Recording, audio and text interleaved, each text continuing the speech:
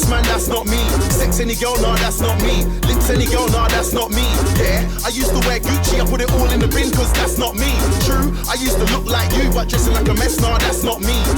It's the return of the Mac. I'm still alive just like Tupac. Girls in the front row, girls in the back. Spit one lyric, everybody's like, bruh. Flashback to the cold nights in the trap. Now I'm in the Skepta is the working name of Joseph Oletan Adenuga Jr., possibly with some alternative pronunciation.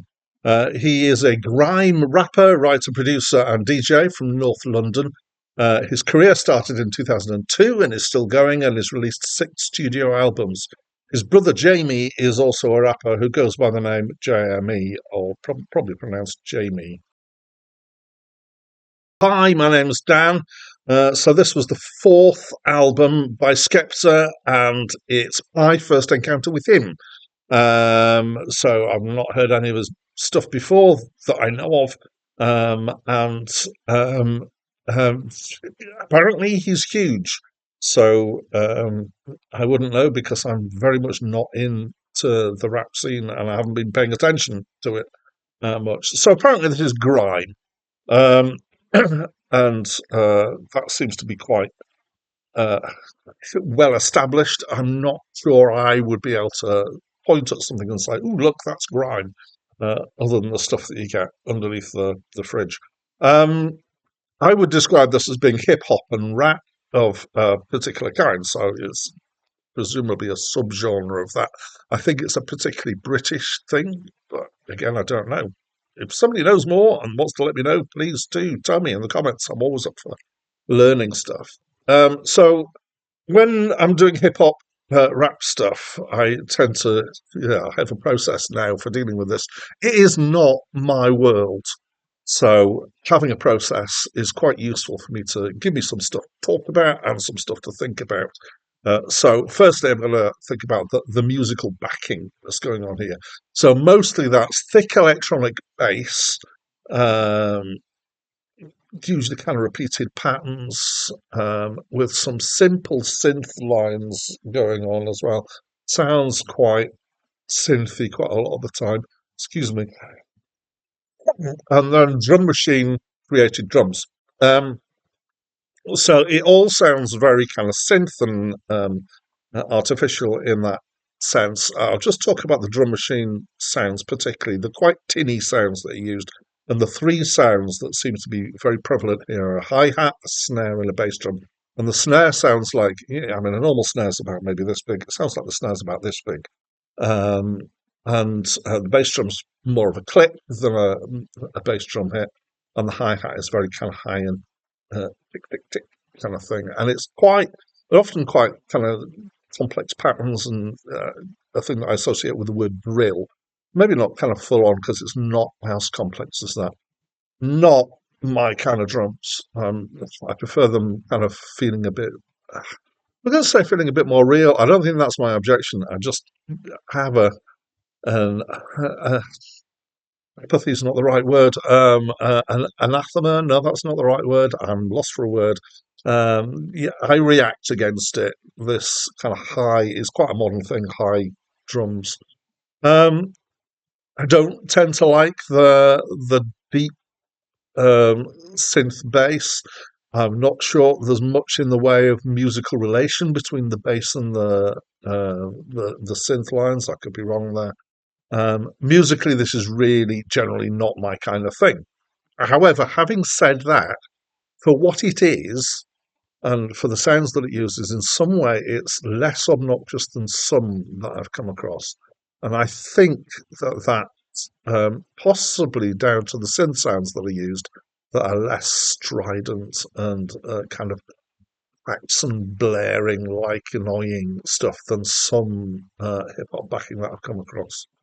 Then we got rapping. Okay, so again, very much out of my comfort zone, talk about rapping. I do know that there's a word flow to describe how somebody raps, and I would describe this flow in my ignorance as being fast and staccato and accurate.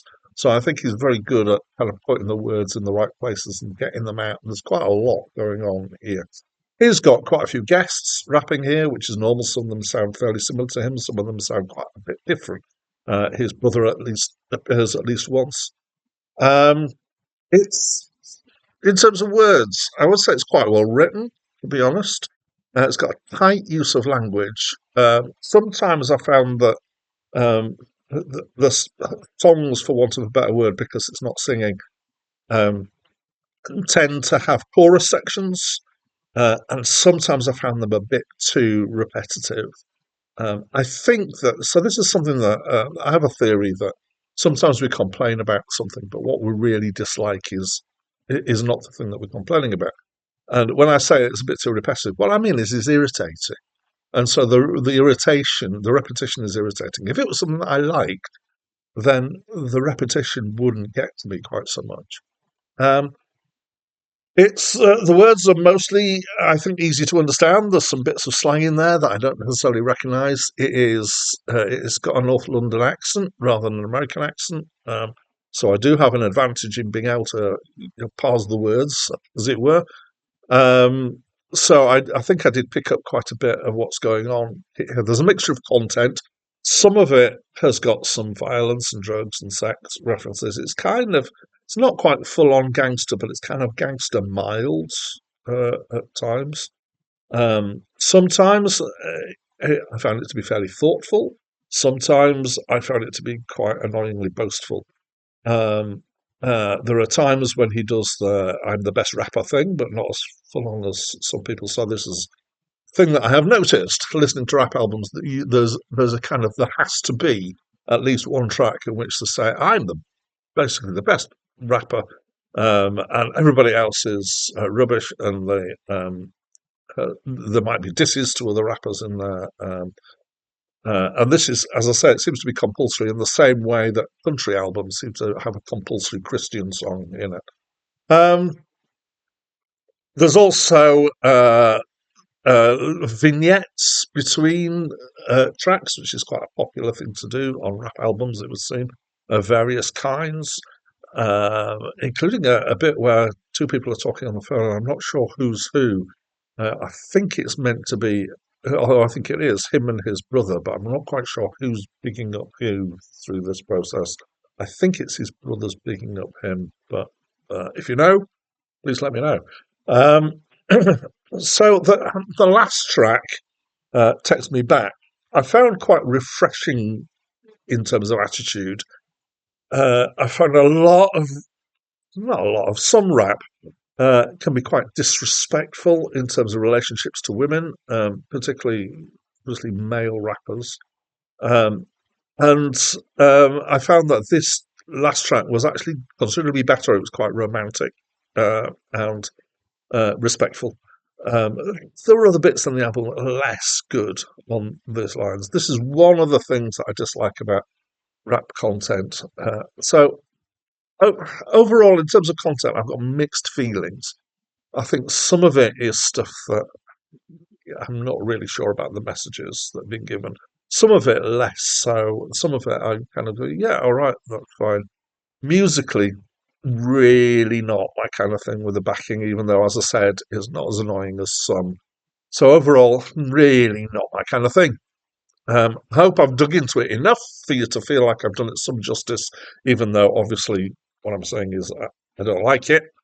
Um, and I can get how other people might like it. I can get also how people in Britain who like rap might go more for some British rap than for some American rap, just because, not about other qualities, but it's about being able to, uh, um, yeah, get what's being said, and for it to be kind of expressing stuff that kind of rings true to your life, more so than because we're in Britain, not in America. It's a straightforward thing. Okay, I should stop. That's what I think of this album. I'm not a great fan. I'd love to know what you think, though, so please do let me know by leaving me a comment. And that's it from me for now.